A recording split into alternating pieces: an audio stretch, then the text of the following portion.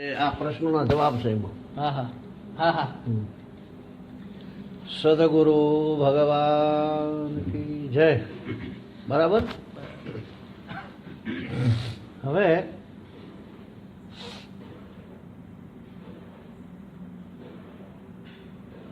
ગુરુ કે છે કે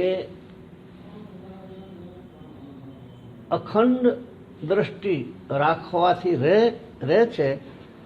એ બે વાત કદી ન ભૂલાય. તેના માટે બહુ સાવધાન થવાનું છે. એ અખંડ દ્રષ્ટિ કયા નેત્રો વડે રાખવાની તે તું સમજો. ગુરુ સમજાવે છે પેલા વખતનું. શિષ્ય વિચારમાં પડ્યો. તેણે અજ્ઞાનપણું દર્શાવ્યું ત્યારે મહાત્મા બોલ્યા કે તે હમણાં જે સ્વરૂપ જોયું તે શા વડે આવી રીતે ધ્યાન કરવાનું બોલ્યા વખતે બતાવ્યું હતું ને ગુરુએ. બોલ્યા વખતે આ રીતે ધ્યાન કરવું શિષ્યને કીધું. શિષ્ય વિચારમાં પડ્યો. તેને અજ્ઞાનપણું દર્શાવ્યું ત્યારે મહાત્મા બોલ્યા તે હમણાં જે સ્વરૂપ જોયું તે શાના વડે. શિષ્ય કહ્યું કે કૃપાનાથ એ તો મન વડે જોયું.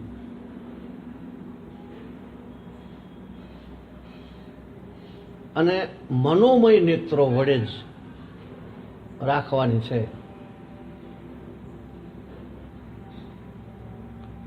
મન વડે જોયું. અને હા, હવે હું સમજો કે એના પર અખંડ દ્રષ્ટિ પણ મન જ વડે જ રાખવાની.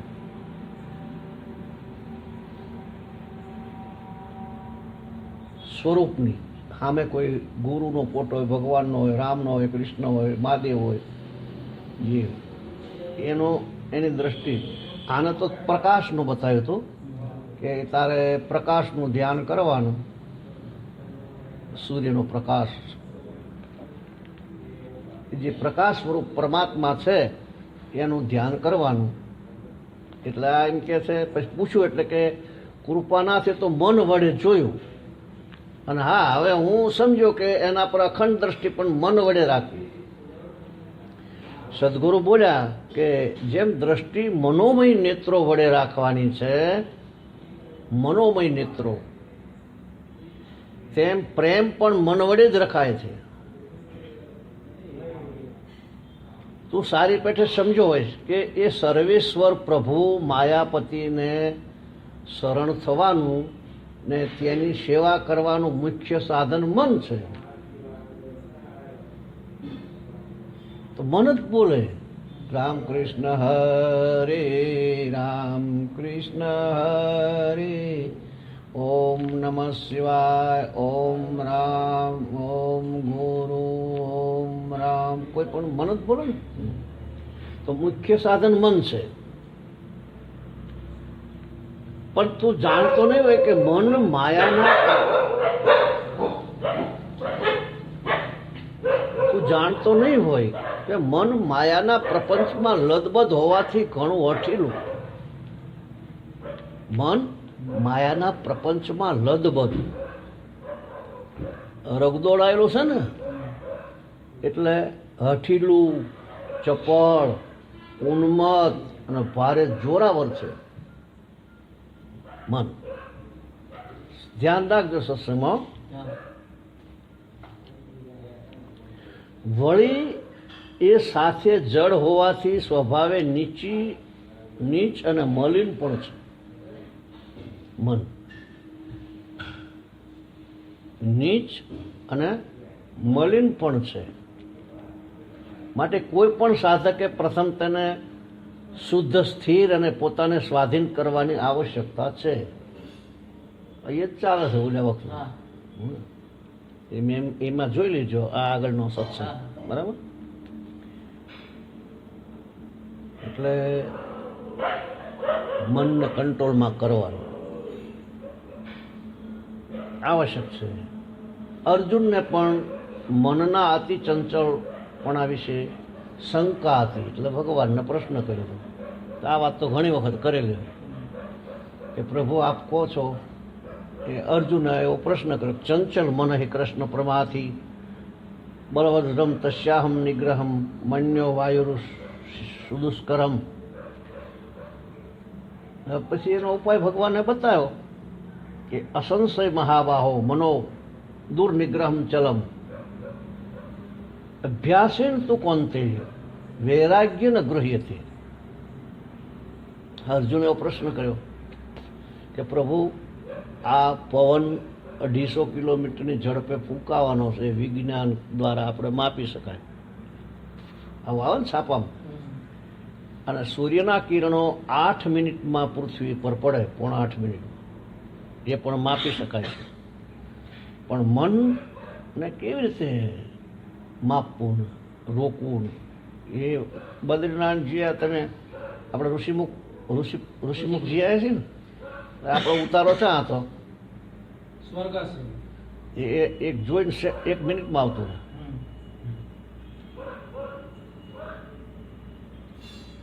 એ રૂમ હતી ને, એ જોઈને આવતું રહે 1 મિનિટ, 1 જ સેકન્ડ આવે.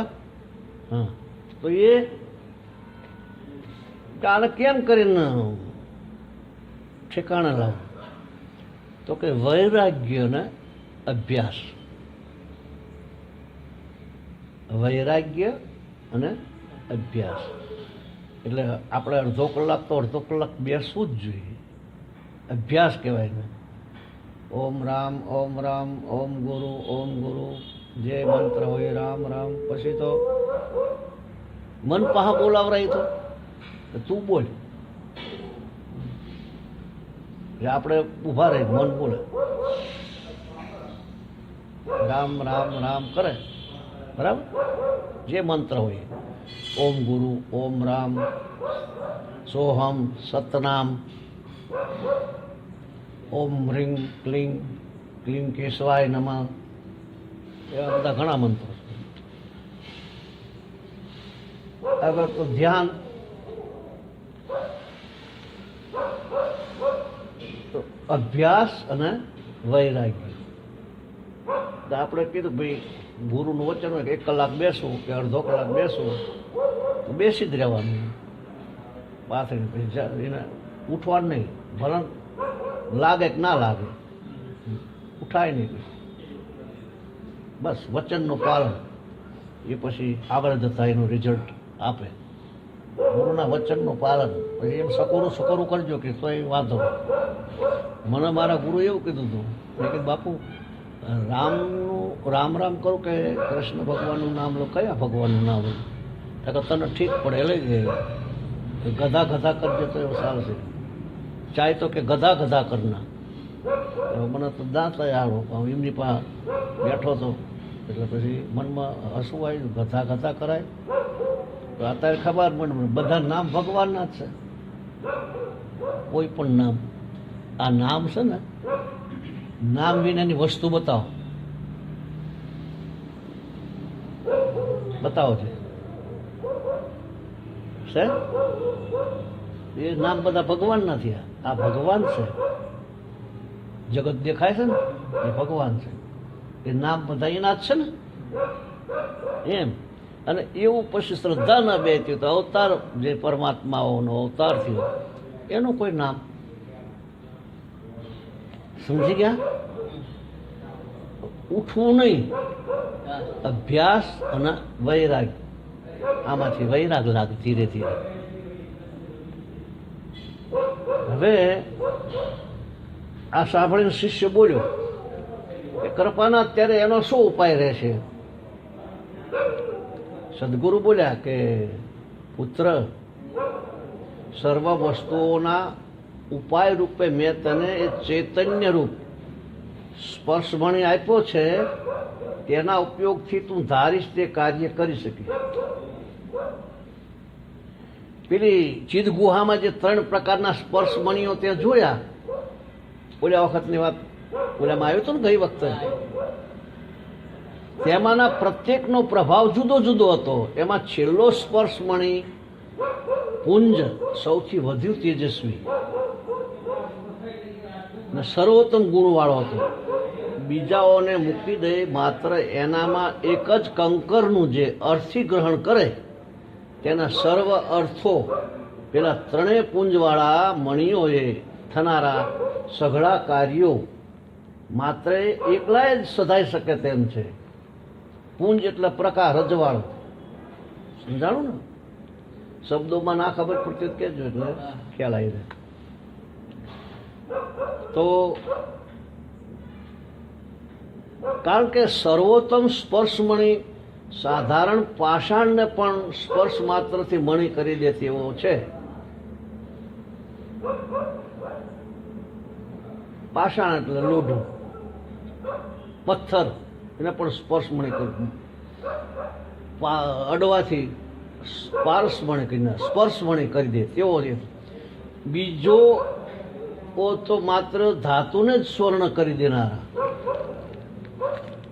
બીજો જે મણી હતા એ તો ધાતુ, લોખંડ છે.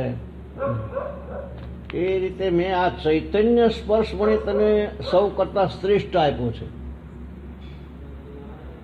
જે વડે તારા સઘળા કાર્યો સધાશે. પરબ્રહ્મ પરમાત્મા માયાપતિની ચૈતન્યમય દિવ્ય મૂર્તિરૂપ સર્વોત્તમ સ્પર્શ મણીનું ઘર્ષણ થવાથી તું પોતે મલિનતા રહિત ચૈતન્યમય સ્પર્શમણી થઈ જઈશ. આપણું બહુ ભજન થાય, થોડા થોડા શુદ્ધ થતા જઈ, પવિત્ર થતા જઈ, પછી વીજળીના ચમકારા ઘોડે અંદર આવે.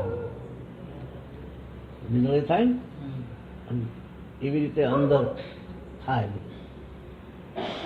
એ ખબર ના પડે આપણને, ઓટોમેટિક થાય. પણ એ ખબર એ પડે થોડે થોડે ધીરે ધીરે થવા માંડે. ભળાય નહીં હો પાછું. એ તો જોયું ને વીજળીઓ થાય છે. એવી રીતે સાધક જેટલો શુદ્ધ થતો જાય એટલો ચેતનનો પ્રકાશ થતો જાય અંદર. સમજાવ? એટલે માયાપતિ ચૈતન્યમય દિવ્ય મૂર્તિરૂપ સર્વોત્તમ સ્પર્શમણીનું ઘર્ષણ થવાથી તો પોતે મલિનતા રહિત, તારામાં જે મલિનતા છે મનની અશુદ્ધતા, એ ચૈતન્યમય સ્પર્શમણી થઈ જાય. પછી ધીરે ધીરે તું ચૈતન્યમય સ્પર્શમણી થઈ જાય. વારંવાર અડશે એટલે. અને તારું મન કે જે જડ પાષાણ વધશે તે પણ વારંવાર તે મહામણીની સાથે ઘસવાથી સ્પર્શમણી રૂપ થશે. પછી શુદ્ધ થતું જશે. અને પછી અતિ મલિનતા તથા કઠોરતા ને પ્રાપ્ત થયેલી લોહ પિત્તલાદિક ધાતુઓ રૂપ તારી મનોવૃત્તિઓ તથા મનોવિકારો, સમજાય છે ને? તારી મનોવૃત્તિઓ, મનની વૃત્તિઓ ઘણી હોય છે. મનોવૃત્તિઓ તથા મનોવિકારો, મનમાં અનેક જાતના વિકારો ઉદ્ભવે. એ તારો ઉજ્જવલ અને પવિત્ર બનેલા મનોમય સ્પર્શમણી સાથે ઘસાઈ ઘસાઈને ઉજ્જવલ નિર્મળ સુવર્ણ સરખા થઈ જશે. એમ થશે ત્યારે તારું કાર્ય પૂર્ણ થયું અને તને મળેલા દિવ્ય ચૈતન્ય મણીનો તે યથાર્થ ઉપયોગ કર્યો એમ કહેવાશે. ત્યારે તું પૂરો ભાગ્યવાન અને અખૂટ ચૈતન્ય મણીના આગારનો સ્વામી થઈશ. પછી તે ચૈતન્ય મણી કદી તારી પાસેથી ખસી જશે નહીં, ખસશે જ નહીં. તું અને તારું મન પણ તેની પાસેથી ખસશો નહીં.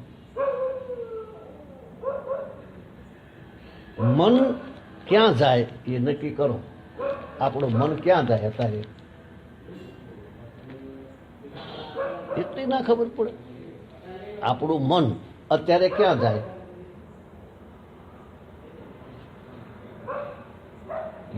તમે આરામ કહો. વધારે પડતું શેમાં જાય છે મન? સંસારમાં જાય છે ને. સંસારમાં કેમ જાય છે? સારો લાગે છે, બરાબર ને? સંસાર સારો લાગે છે એટલે એને એમાં આનંદ આવે છે ને, એને સારું લાગે છે. ઘરમાં જાય, પત્નીમાં જાય, પૈસામાં જાય, એવું બધું થાય. સગાવાલામાં જાય થોડો. હવે એ જે અહીંયા એને સારું લાગે છે એવું આપણે એને એમ કહેવાનું કે આ સારું લાગે છે પણ ખસ જેવું છે, તને તોડી નાખશે.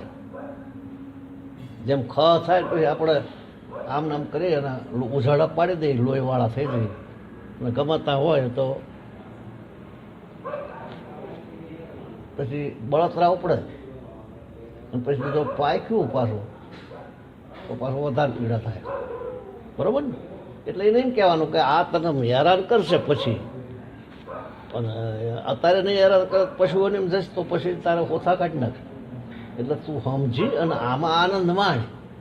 આ ભજન કર, પ્રભુમય થઈ જાય ને એમાં લહેર આવશે.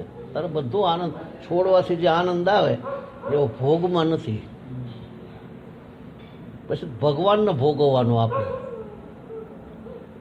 પછી એવું એ જે ભગત ભોગવે એના જેવો દુનિયામાં કોઈ ભોગ ન ભોગવે એવું આવે.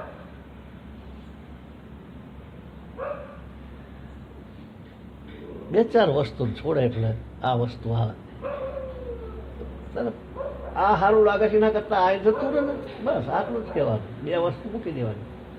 આ પરમાત્મા, આ સંસાર. આ પરમાત્મા, આ સંસાર. કે આને છોડ, આમાં ખંજોળીને મારી નાખીશ તું, છોડા ઉખડી જશે. આમાં ભગવાનમાં લાય એટલું તો આપણે ના કરીએ કે સમજી શકીએ ને કે આ ભાળીએ છીએ કે આમાં જવાય છે, બધું આવું થાય. અને વૃદ્ધ માણસોના જીવને આપણે જોઈએ છીએ કે આખરીમાં કશું છે નહીં. એટલું આપણે મન ના કહી શકીએ કે હરિભજન કર, ભલે આટલું અત્યારે જરાક આનો લાભ લઈ લે પણ પછી છોડીને હરિભજન કર્યું. બરાબર? એમ પડી જાય ને સમજણ. પછી ચૈતન્યમણી કદી તારી પાસેથી ખસશે નહીં. ચૈતન્ય એટલે આત્માને કરે, પરમાત્માને કરે. અને તારું મન પણ તેની પાસેથી ખસશે નહીં. મીરાબાઈનું મન ખસતું હતું કઈ? નરસિંહ મહેતાનું મન ખસતું હતું બીજે જતું? કેમ નહીં જતું હોય? એને એવું સારું વારું લાગ્યું, ગમી જ ગયું બસ. અને આ સારું લાગે છે પણ એ ખા જેવું છે, ખંજોળો એમ વધારે મીઠું લાગે અને પછી છોડા કાઢી નાખે. અર્થાત એને તું એકરૂપ થઈ જશો. એ અને તું અને પરમાત્મા એકરૂપ થઈ જશો. પછી સદા સર્વદા અખંડ સુખ, અખંડ પ્રીતિ, અખંડ પ્રેમ, અખંડ આનંદ, એ અખંડ જ્ઞાનરૂપ અતુલિત ઐશ્વર્યનો તું ભોગતા થઈ જઈશ. સદગુરુ એના શિષ્યને સમજાવે. એ સાંભળીને શિષ્ય પ્રાર્થના કરવા લાગ્યો કે હે કૃપા સિંધુ, આપે આપેલા એ ચૈતન્યમણીનો યથાર્થ ઉપયોગ કરી મારા મન તથા મનોવૃત્યાદિકને શુદ્ધ સુવર્ણરૂપ કરવાનું આપ કૃપા કરી બતાવીને સેવકને પૂર્ણ કૃતાર્થ કરો. તો પછી સદગુરુએ કહ્યું કે બાપ, હા હું એ પ્રકારને અવશ્ય જણાવીશ, પણ તે કંઈ એક ઘડીમાં કે એક દિવસમાં જણાવી શકાય એમ નથી. એને માટે તો લાંબો સમય જોઈશે. આજે રાત્રિ ઘણી ગઈ છે, તો શ્રમિત પણ બહુ થયો છે, થાક્યો છું. તેથી જરા વિશ્રામ લે, તારા સ્વામીની સેવામાં તત્પર થા, પછી નિશ્ચિતપણે હું તને સર્વ પ્રકાર જણાવવાનો આરંભ કરીશ. બીજા દિવસે દ્વિજ પુત્ર પોતાના પ્રાધાન્યાદિ કર્મથી નિવૃત્ત થઈ ગુરુચરણમાં વંદન કરવા ગયો.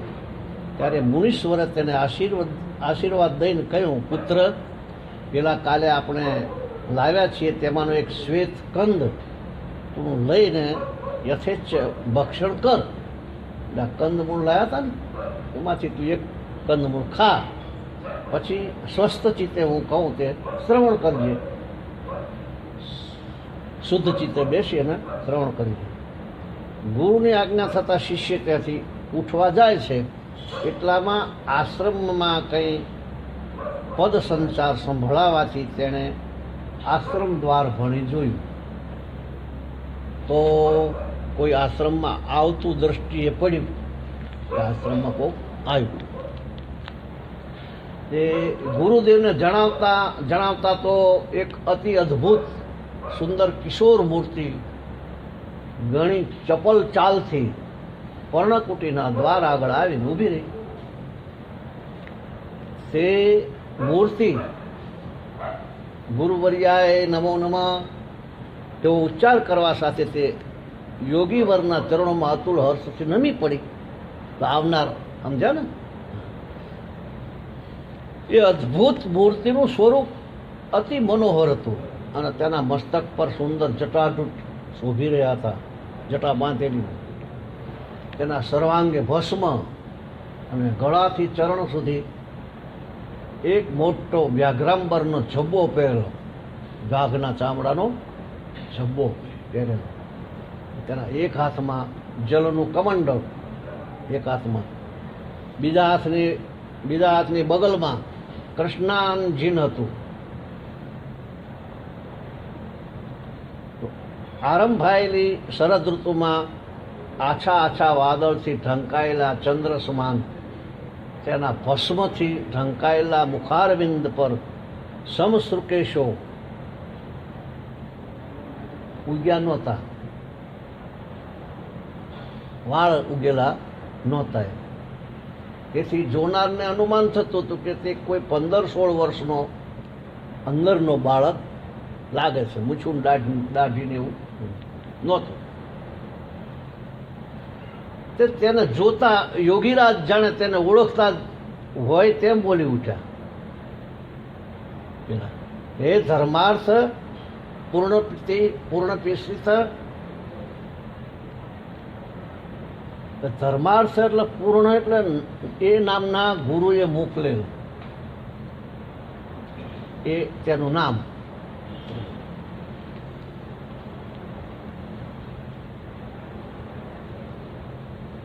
તો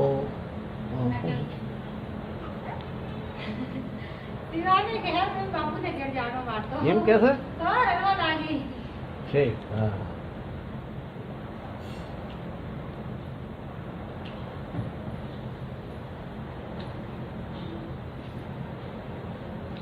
તો તું અમરગીરીથી આવ્યો? ત્યાં મુનિ ધર્માર્થ પૂર્ણ પ્રસન્ન છે. એ સાંભળીને યોગીશ્વરના અંતરયામીપણા માટે આશ્ચર્ય પામીને તેણે તત્કાલ કે આ કૃપાનાથ, મુનિવર ધર્માર્થ પૂર્ણજી કુશળ અને સુપ્રસન્ન છે. તેમણે આપને પરમ પ્રેમાવેશથી પ્રણામ કર્યા છે. એમ કહેતાની સાથે બીજી વાર દંડવત પ્રણામ કર્યા આવનાર વ્યક્તિ. બરાબર, આ વાર્તારૂપ છે એટલે તમને સમજાતું તો છે. બહુ સરસ વાર્તારૂપ છે, સાધના પણ વાર્તારૂપ છે, ગીતા ઉપર લીધેલું છે.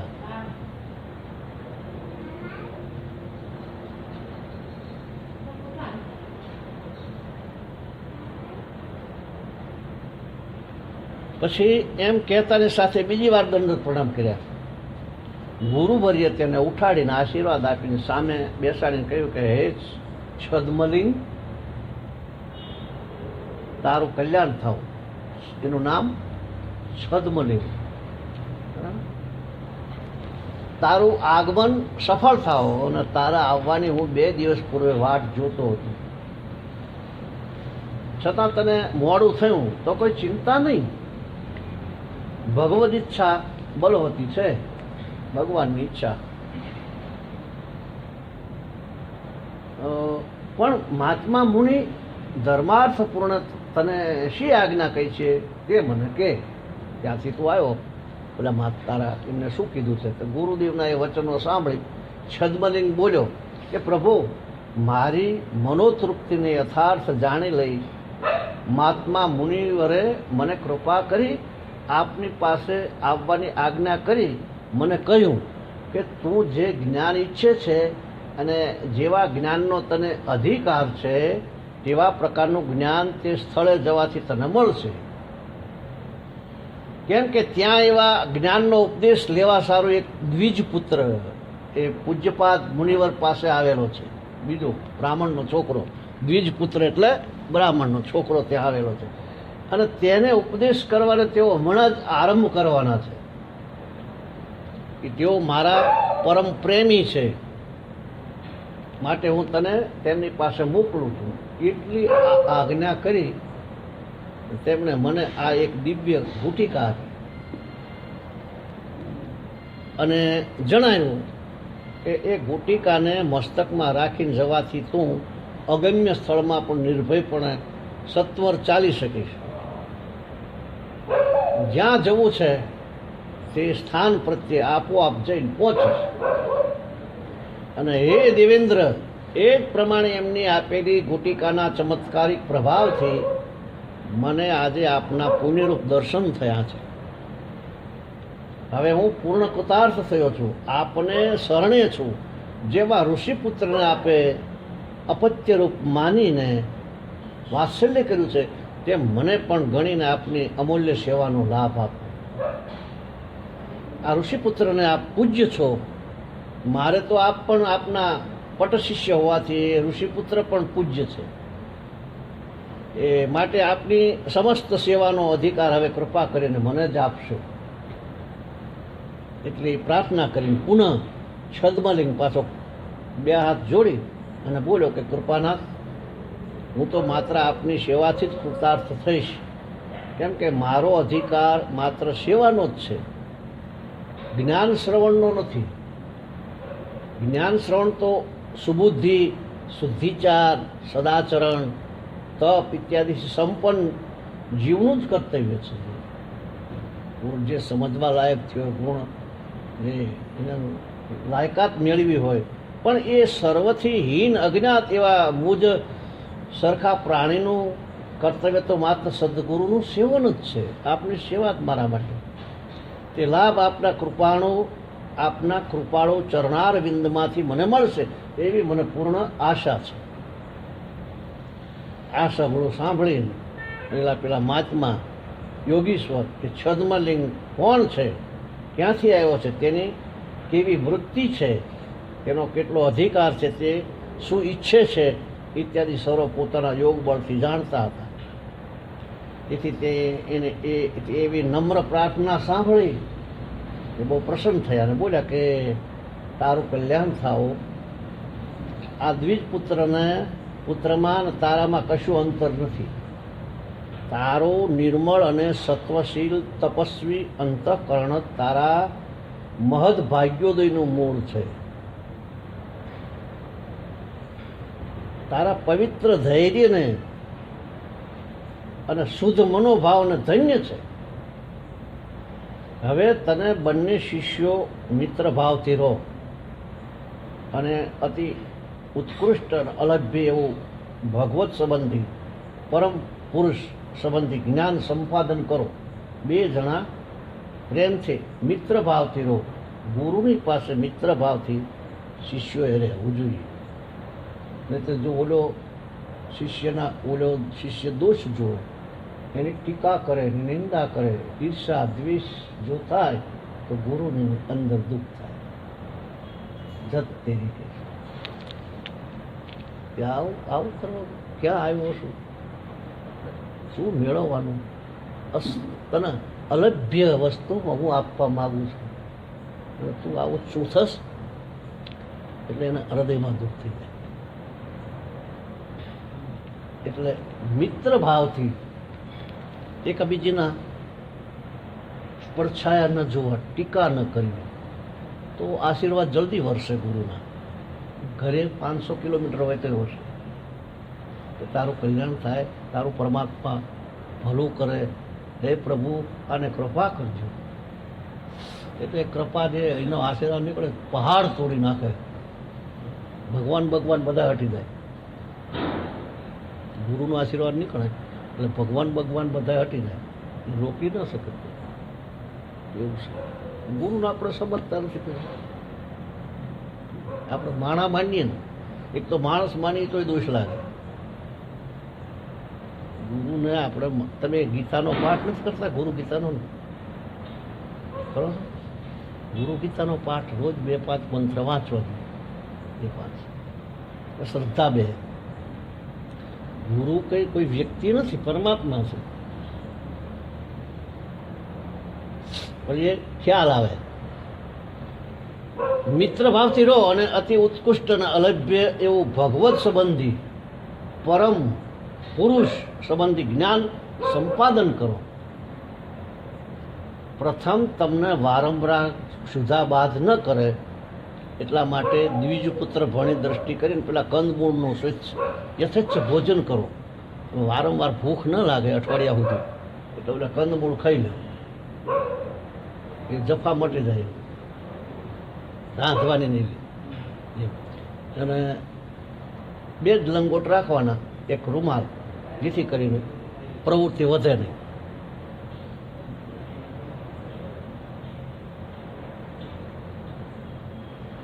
પછી એ આજ્ઞા થતાં દ્વિજપુત્ર ઉઠીને કંદમૂળ ગુરુની પાસે લઈ આવ્યો. તેમણે બંનેને નિર્વિકાર બુદ્ધિ આપનારા તથા લાંબા કાળ પર્યંત તૃપ્તિ આપનારા કંદમૂળો વેચી આપ્યા. બીનો લઈને ભક્ષણ કરવા સારું તે બંને શિષ્યો આશ્રમમાંના સરોવર પર ગયા.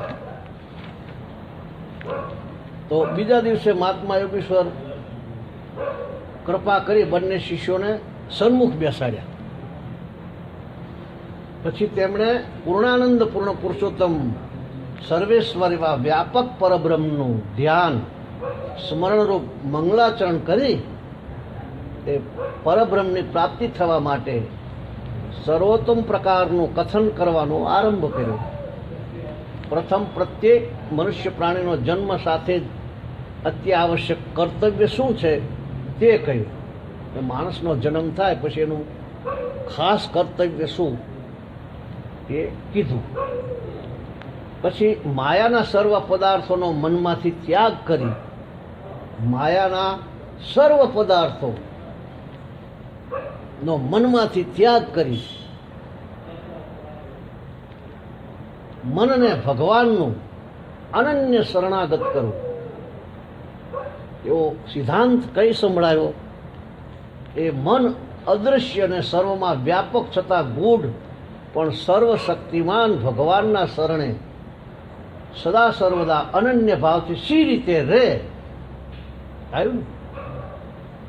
અને માયાના પદાર્થોથી વિરક્ત સી રીતે બને એ વાત સર્વ કરતા બધા કરતાં કઠિન હોવાથી અને સમજણમાં ઝટ લઈને ઉતરી શકે તેવી ન હોવાથી તેને વિસ્તારથી તેમણે પોતાના શિષ્યને પૃથ્થકરણ પૂર્વક કહેવા માંડી.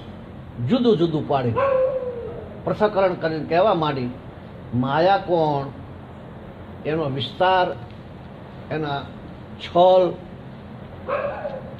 જીવ કોણ, આત્મા એ શું, એની કેટલી સત્તા, પરમાત્મા કોણ, એને કેમ ઓળખવો, એ માટે શા સાધનો કરવા, જીવની સેના, જીવનો સ્વભાવ, જીવની સેના, સેના એટલે લશ્કર, જીવની સેના, જીવનો સ્વભાવ, જીવનું માયિક અને અમાયિક બળ, બલાબલથી જીવની પરાધીનતા, પરમાત્માનું શોધન, જ્ઞાન, એનું નિર્લેપપણું, શુદ્ધતા, એનું સામર્થ્ય, સામ્રાજ્ય, તત્વબલ, મનુષ્યની મૂર્ખતા, સંતોનું મહત્વ, ચૈતન્ય પ્રાપ્તિ માટે શરીરની અને હૃદયની રક્ષા, માયિક નિર્માયિક પદાર્થો, પરલોક, મૃત્યુ, જીવની અખંડતા, પ્રાણ ચેતના, ચૈતન્ય કલા, યમ માર્ગ, માયાના વિયોગથી માયિક જીવને થતા દુઃખો, અભિમાનની નીચતા, માનસિક નરકો, સ્થૂળ દુઃખ ઇત્યાદિનું વર્ણન કરવા રૂપે જ્ઞાનની આવશ્યકતા જણાવીને પછી મનુષ્યનું મન તથા મનોવૃત્તિઓને ભગવદ્રૂપ મણિના સ્પર્શ, ભગવાનને મણિ કહે છે, ભગવદ્રૂપ મણિ સમજો છો ને, ભગવદ્રૂપ મણિના એટલે મણિના સમજતા પણ આ શબ્દો નીકળે છે એ મણિ કહેવાય. જો સ્પર્શ કરતો એમ ભગવદ્રૂપ મણિના સ્પર્શ તથા ઘર્ષણથી કેવી રીતે સુવર્ણરૂપ કરી દેવા તેનો પ્રકાર ઘણા સ્પષ્ટ અને દીર્ઘ એવા અસંખ્ય દ્રષ્ટાંતો આપી અને સિદ્ધાંતોથી સ્ફુટ કરી તેઓને સમજાવ્યા. ઘણા લાંબા સમય સુધી નિત્ય નિયમપૂર્વક મહાત્મા સદગુરુની પાસેથી શ્રવણ કરેલા ઉત્તમોત્તમ જ્ઞાન વડે બંને શિષ્યો કેવળ ચંદ્રકાંત રૂપ મણિરૂપ બની ગયા બે, અને પૂર્ણ કૃતાર્થતાપૂર્વક વારંવાર ગુરુના ચરણોમાં પ્રણામ કરવા લાગ્યા. જ્ઞાનોપદેશની સમાપ્તિના આનંદમાં હર્ષ સિંધુ વિશે નિમગ્ન થયેલા બંને શિષ્યોને અંતિમ મંગલાચરણ રૂપે ગુરુદેવે પોતે ઉપદેશેલા ચૈતન્યરૂપ સ્પર્શમણીનો સ્પર્શ કરવાનું એટલે કે તે ભગવદ સ્વરૂપનું ધ્યાન કરવાનું અને પોતે પણ તેનું કૃપાળુ પ્રભુના મંગલ સ્વરૂપના ધ્યાનમાં સમાધિસ્થ બની ગયા. હવે રામ રામ કરો તો એ ભગવાન છે. હવે રામ રામ તો આનંદ થવો જોઈએ ને. ઓમ નમઃ શિવાય એ ભગવાન છે, મંત્ર નામ. રામ અને સખત નામ ગુણ ગાય. રામ પણ નામના ગુણ ગાઈ શકતા નથી. કહ લગી કરું નામ બઢાઈ, રામ અને સખત નામ ગુણ ગાય. નામના ગુણ રામે નથી ગઈ શકતા. એટલે અનામી નામ જે આ સ્પર્શમણી જે કહેવાય છે પરમાત્મા. હવે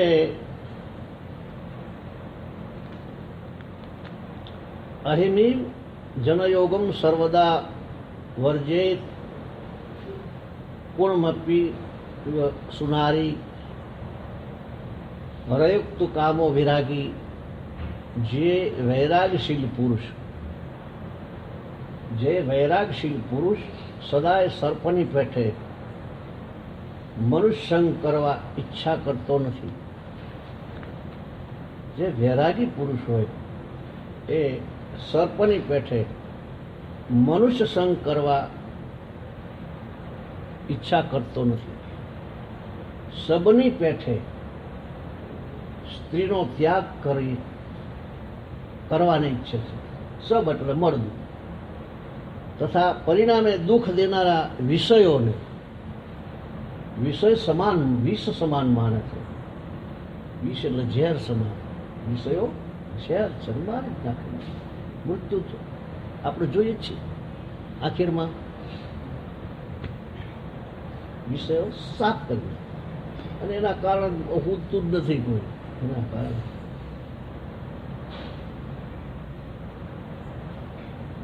અને તે પરમહંસ વિજય મેળવે તથા મુક્તિને પામે છે. આજે છોડે એનું.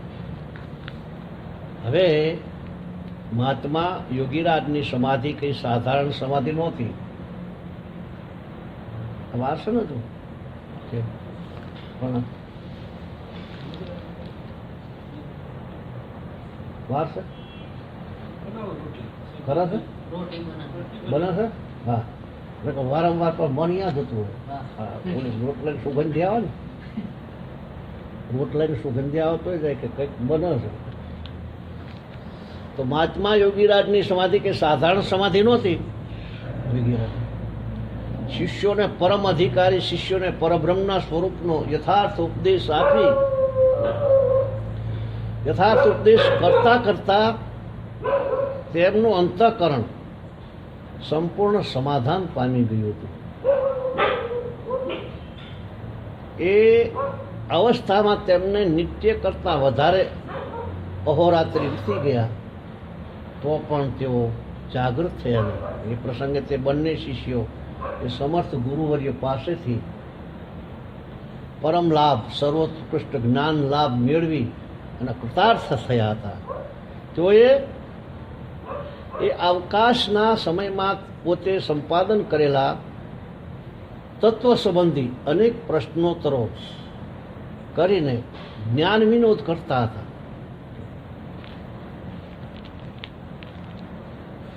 એ પ્રસંગ નીકળતા છદ્મલિંગ દ્વિજપુત્રે સુવિચાર શર્માને પૂછ્યું, જો આ વગર લેવા દેવા આમ કરે છે, આ માણામાં હકડા નહીં રહેવા, આ મનુષ્ય છે ને, જો જો આવ કઈ લેવા દેવા આમ છે. આ સત્સંગ કહેવાય કશું છે, માણા આવા હોય છે, કોઈ લેવા દેવા નહીં. જો ચા સત્સંગ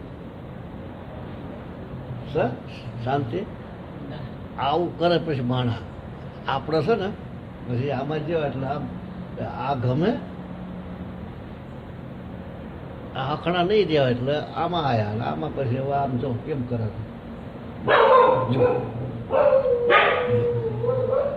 કરે છે ને આમાં સારું કે આમાં સારું, માણા થવા સારું કે શું કે છે. પ્રસંગ નીકળતા છદ્મલિંગ. હવે છદ્મલિંગને તમે ઓળખી ગયા ને? છદ્મલિંગ ને ઓળખો તમે? ના ઓળખો? હમણાં જે દ્વિજ ના આવ્યો પેલો દ્વિજપુત્ર પાસે, પેલા ઋષિવરી પાસે, એ છદ્મલિંગ દ્વિજપુત્ર પહેલા હતો, બરાબર. પછી છદ્મલિંગ દ્વિજપુત્રે સુવિચાર શર્માને પૂછ્યું કે સુહૃદય વર્ય, આપણા ગુરુ મહારાજે પેલા ઋષિદેવનો ઇતિહાસ કહેતા સૂચવ્યું હતું કે તે મહાત્માએ અધ્યયન કરી રહેલા પોતાના શિષ્યોને ઘેર ચાલ્યા જવાની ને ત્યાં જઈને ધર્મયુક્ત ગ્રસ્થાશ્રમ ચલાવવાની આજ્ઞા કરી. ઘરે જાઓ ને ગ્રસ્થાશ્રમમાં રહી અને ચલાવવાની આજ્ઞા કહી. ગ્રસ્થાશ્રમ અર્થાત વેદશાસ્ત્રાદિકનો અધ્યયન કરી રહેલા દ્વિજપુત્રે બ્રહ્મચર્યની સમાપ્તિના અંતે ગુરુદેવની આજ્ઞા લઈને પોતાના ઘેર જવું અને ત્યાં સમવર્તન સંસ્કાર કરી કુલીન અને સદગુણી કન્યા સાથે વિવાહ કરી અને ગૃહસ્થાશ્રમી થવું, બરાબર. પછી ગુરુ પાસેથી અધ્યયન કરેલા ધર્મશાસ્ત્ર પ્રમાણે ગ્રહ સંસાર ચલાવવો એવો સનાતન ધર્મે કહ્યું છે. સનાતન ધર્મ ગ્રહસ્થાશ્રમમાં રહીને જ આ કામ થાય એવું તૈત્રીય ઉપનિષદ જે છે ને એમાં શિષ્યાધ્યાય પ્રથમા શિક્ષાવલી 1:10 અનુવાદ એ જોવું પડે આપણે. તૈત્રીય ઉપનિષદ બનતા સુધી આપણી પાસે છે કાતો તૈત્રીય ઉપનિષદ 99%. એમાં બધા સંસ્કૃત ને હિન્દી ને એવું બધું છે. એટલે પછી આપણું મન, આપણું પણ આ બ્રહ્મવિદ્યારૂપ અધ્યયન સમાપ્ત થઈ ગયું. શું આપણને પણ હવે ગુરુવર્ય પોતાના ઘેર જવાની આજ્ઞા કરશે? આપણે આવી વાતો કરવા માંડ્યા. સુવિચાર શર્મા બોલ્યો કે હે ભ્રાત, એ વાત સત્ય છે કે ગુરુ પાસે અધ્યયન કરી રહેલા બ્રહ્મચારીએ ગુરુની આજ્ઞા મેળવીને ઘેર જવું અને ત્યાં વિધિવત ગ્રહસ્થાશ્રમ કરવો અને આપણું પણ જ્ઞાન અધ્યયન પૂરું થયું છે અને ઘેર જવાની હવે આજ્ઞા મળશે એ સંભવિત છે. તથાપિ આપણું અધ્યયન આટલેથી પૂરું થયું એમ હું એમ નથી સમજતો.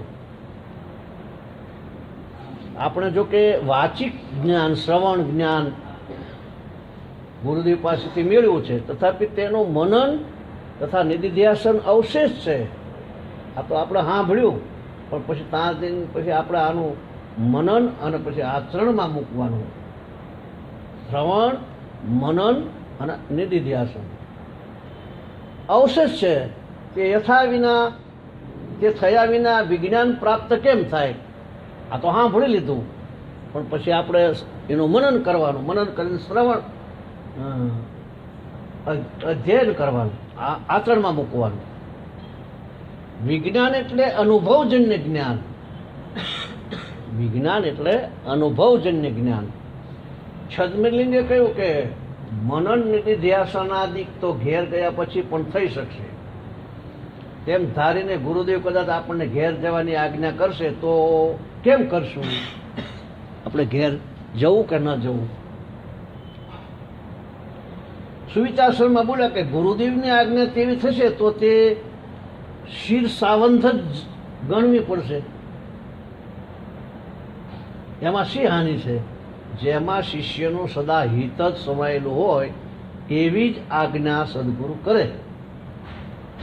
છતાં તેઓ કદાચ કોઈ કારણને લીધે સ્વેચ્છા અનુસાર તથા વિપરીત આજ્ઞા કરે તો પણ તેને વંદન ગણીને અનુસરવું.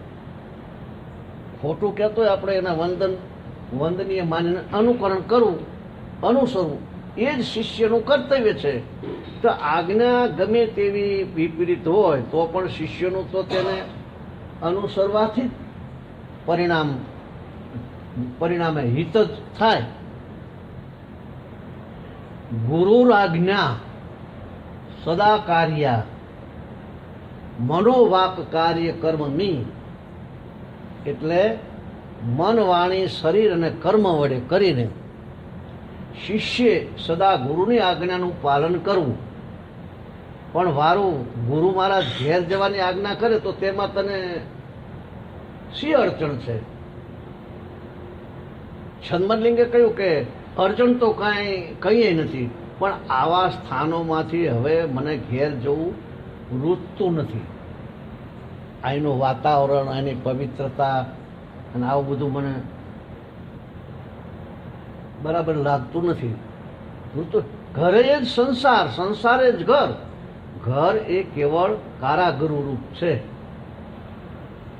તેમાં ફસાવું એવો મારો મનોદય નથી. એવડા અંદર વાતો કરે, મારો મનોદય નથી. હું લગ્ન કરવા નથી ઈચ્છતો. તો પછી આવા કૃપાળુ ગુરુચરણનો વિયોગ શા માટે કરવો? જેને વિવાહ ન કરવો હોય તેઓ બ્રહ્મચારી ગુરુ પાસેથી અધ્યયન કરી રહ્યા પછી પણ જન્મ પર્યંત નૈષ્ઠિક બ્રહ્મચર્ય પાળી અને ગુરુચરણની સેવા કરતો સદા તેમની પાસે જ રહે એવો ધર્મશાસ્ત્રનો નિયમ છે કે નહીં વારો? એટલે સાંભળીને દ્વિજપુત્ર પાછો બોલ્યો, દાનદક્ષ બોલ્યો કે એવી ધર્મશાસ્ત્રની આજ્ઞા છે ખરી, તથાપી આપણા સરખા શિષ્યોના સંબંધમાં તેમ નથી.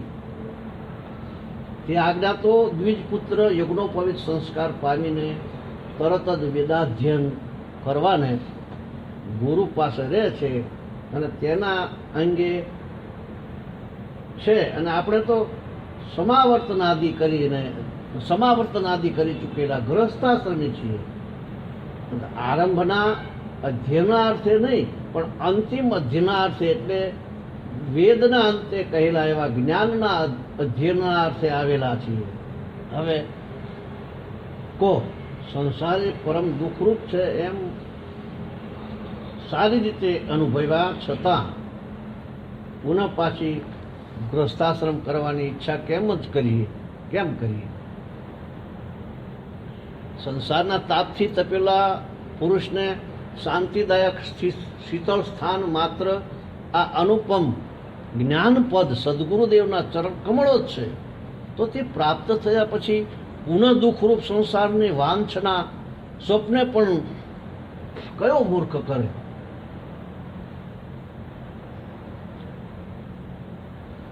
છદ્મલિંગે અતિ આશ્ચર્યથી પૂછ્યું, શું આપ ગૃહસ્થાશ્રમી છો?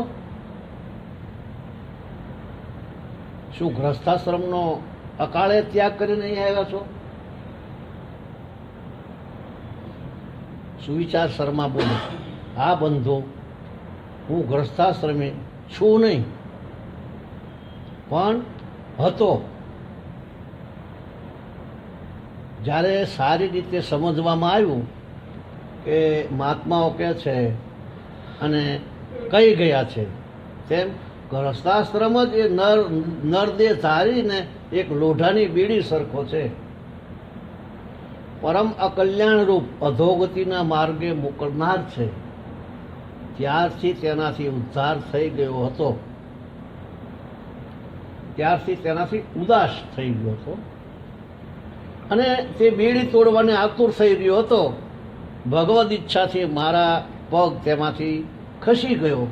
કેટલાક સમય પછી તે બીડીમાં સખત રીતે ફસાવાનો પ્રસંગ નજીક આવ્યો, પણ તેટલામાં કૃપાળુ સદગુરુદેવના સમાગમથી તેમાંથી સહેજમાં છૂટી ગયો છું. હું હવે કેવળ નિશ્ચિંત અને નિરાશાથી આનંદમગ્ન છું. તે પુનઃ સંસારમાં કેમ લપટાવું? સુવિચાર શર્માનું આવું બોલવું સાંભળીને છદ્મલિંગ પોતાના મનને વારી રાખીને ઘણોય પ્રયત્ન કરતો જણાયો, છતાં તેની મુખમુદ્રા તદ્દન મ્લાન પડી ગઈ અને આંખમાંથી જળજળિયા સાથે તેનાથી નિશ્વાસ નંખાઈ ગયો. આમ થવાનું કારણ કંઈ સમજાતું નહોતું, છતાં એટલી સમજ પડી કે પોતાની કોઈ જાતની દુખાતી ઉભરાઈ આવતી લાગણીને બહાર ન જણાવવા દેવાને તે પ્રયત્ન કરે છે. સુવિચાર શર્માએ જોઈને એવું અનુમાન કર્યું કે એણે જ્ઞાન સવર્ણના આવેશમાં લગ્ન નથી કરવું એવી પ્રતિજ્ઞા મારી આગળ પ્રસિદ્ધ કરી. છતાં સંસારથી ઉપરામ નહીં પામેલો એવો કોઈ ઉછળતો જીવ એને મારી વાત સાંભળીને હવે પછી પોતાનું કેમ થશે એ ચિંતવનથી તેની પરસ્પર સ્વભાવવાળી વૃત્તિઓ અંતરમાં લડી રહી છે. એનું આ બહિર્દર્શન છે. આપણામાં વૃત્તિઓ કામ કરતી હોય, જાણવા વાળો માણસ જાણી જાય કે આનામાં રેખાઓ બહાર આવી થાય છે.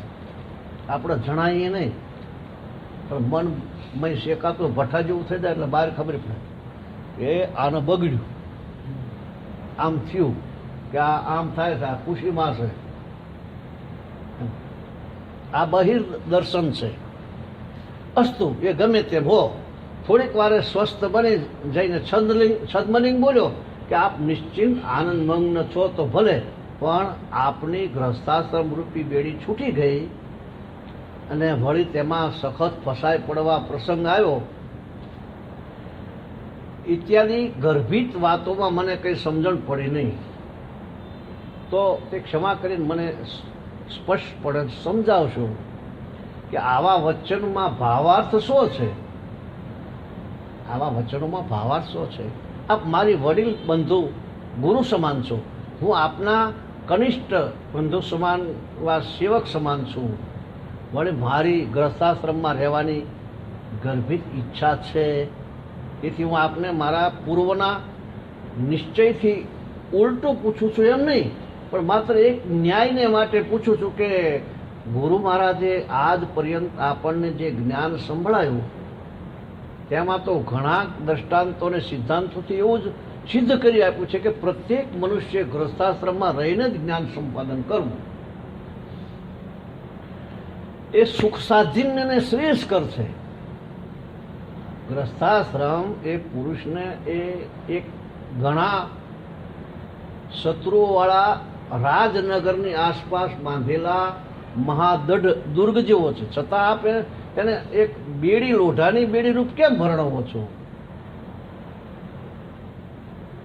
સુવિચાર શર્મા બોલ્યા કે આટલું પૂરું થાય પછી,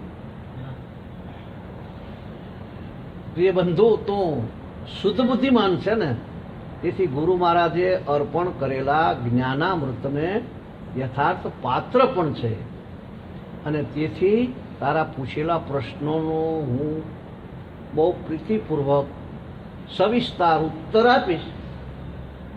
ગ્રસ્થાશ્રમ એ જ્ઞાન સંપાદન માટે નિર્ભય સાધન દુર્ગ છે ખરો, પણ તે યથાર્થ હોય તો જ. જેવો તેવો રૂઠો ફૂટ્યો ગ્રસ્થાશ્રમ પોતે પોતાના રૂપને જ શોભાવનારો કે સફળ કરનારો હોતો નથી. ગ્રસ્થાશ્રમમાં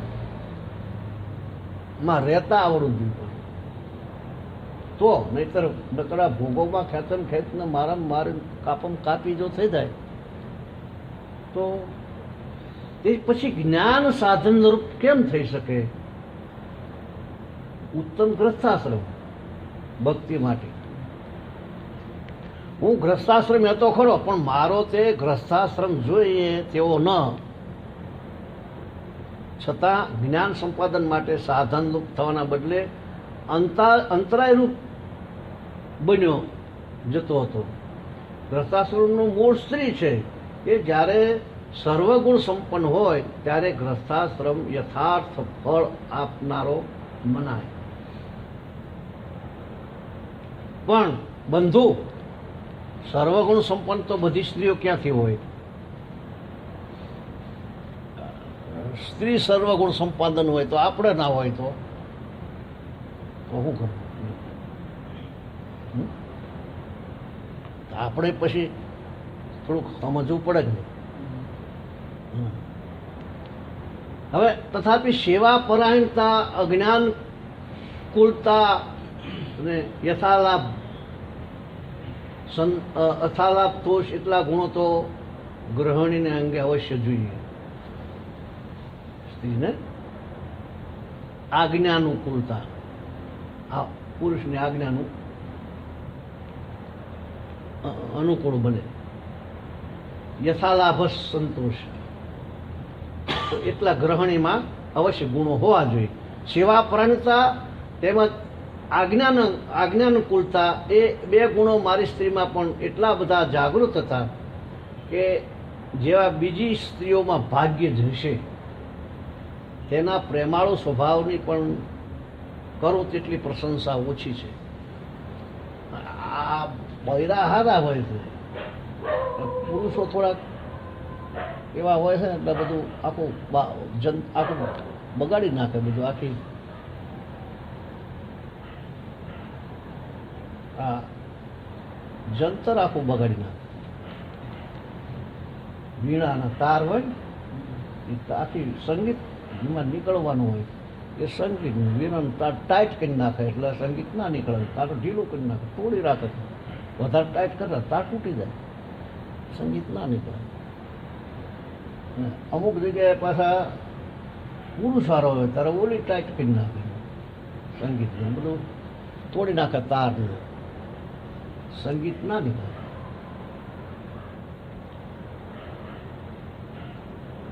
તને શું કરવું છે? તને કોણ પોકે?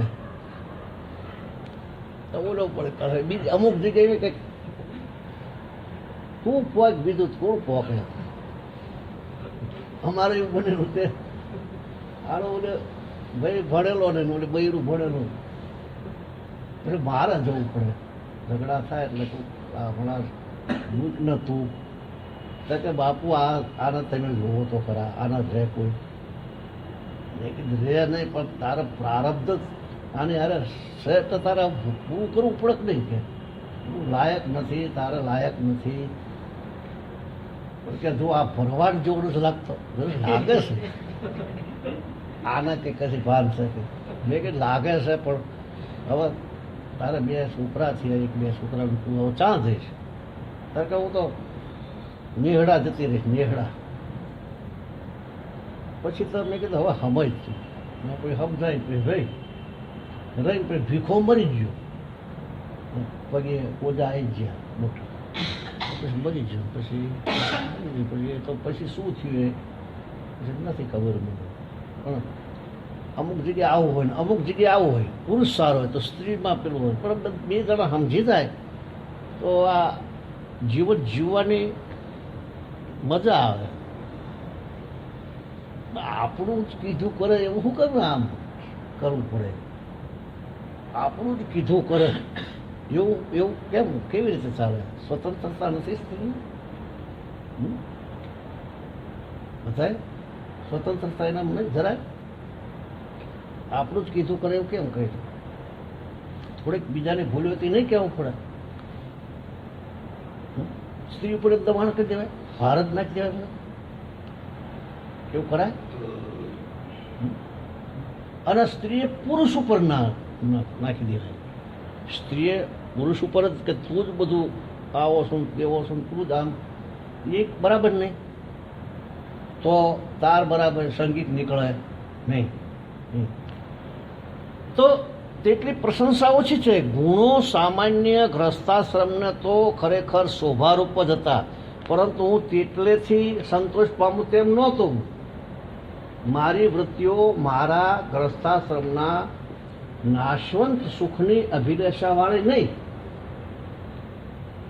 પણ ઉત્તરોત્તર અવિનાશી સુખની અભિલાષાવાળી. અવિનાશી સુખ એવી મારી આશા હતી. એવી અવિનાશી સુખને અભિલાષાવાળી. મને મારી ગ્રહચારિણીમાં એક મોટા આવશ્યક સદગુણની ખામી જણાઈ. મારી પત્નીમાં મને એક મોટામાં મોટી આવશ્યક ખામી જણાઈ. એ ગુણ તે પેલો ત્રીજો યથાલાભ સંતોષ. યથાલાભ સંતોષ, જે મળે એમાં સંતોષ માનવો. યથાલાભ સંતોષ એટલે કે જે મળે તેમાં જેટલું હોય તેટલામાં સંતોષ માની અને તે વડે પોતાનું નિર્વાણ કરવું. પણ સર્વ સુખ સંપન્નતા માટે ઘણી કાળજી અને ઘણી તૃષ્ણા તથા વ્યાકુળતા રાખીને સદા અસંતોષની અને અસંતોષી બનીને દુઃખી થવું, વયમાં લેર ના કરાય. જે હોય પરિસ્થિતિ એમાં તો આનંદ કરો. 150 રૂપિયાનું સાડી લાવાય એવું છે તો 150 રૂપિયાની. મરચાનો રોટલો હોય મરચાનો રોટલો, છાશનો રોટલો હોય તો છાશનો રોટલો. પણ ભાવ અને પ્રેમથી ના રહેવાય. ઓલે ઈચ્છા કરે તમે તો આમ ઓલો પછી કે હું તો જુનાગઢ જતો રહી, આવું ના કરશું. એટલે ગ્રસ્તાશ્રમ બહુ ઊંચી વસ્તુ છે. એટલે હવે આ એમ કહે છે કે આવું રાખીને અસંતોષી બનીને દુઃખી રહેવું નહીં. આ બે જણાનો વાર્તાલાપ ચાલે છે, પૂરો થયો નથી. હવે એ આવતા બોલ્યા રવિવારે કે જ્યારે થાય ત્યારે શું કહે છે એ આવતા બોલ્યામાં જોઈશું બે જણાનું રિઝલ્ટ શું આવે છે, ગ્રસ્તાશ્રમ બને છે કે નહીં એ આવતા બોલે. સદગુરુ ભગવાન કી જય. ચંદ્રકાંત બહુ રહસ્યવાળી વાત છે, પણ છે સત્સંગ. પણ વાર્તા ગોઠવીને પછી સત્સંગ. ગીતા ઉપરથી બનાવ્યું પણ એ લાંબી આખ્યાયિકા બનાવે.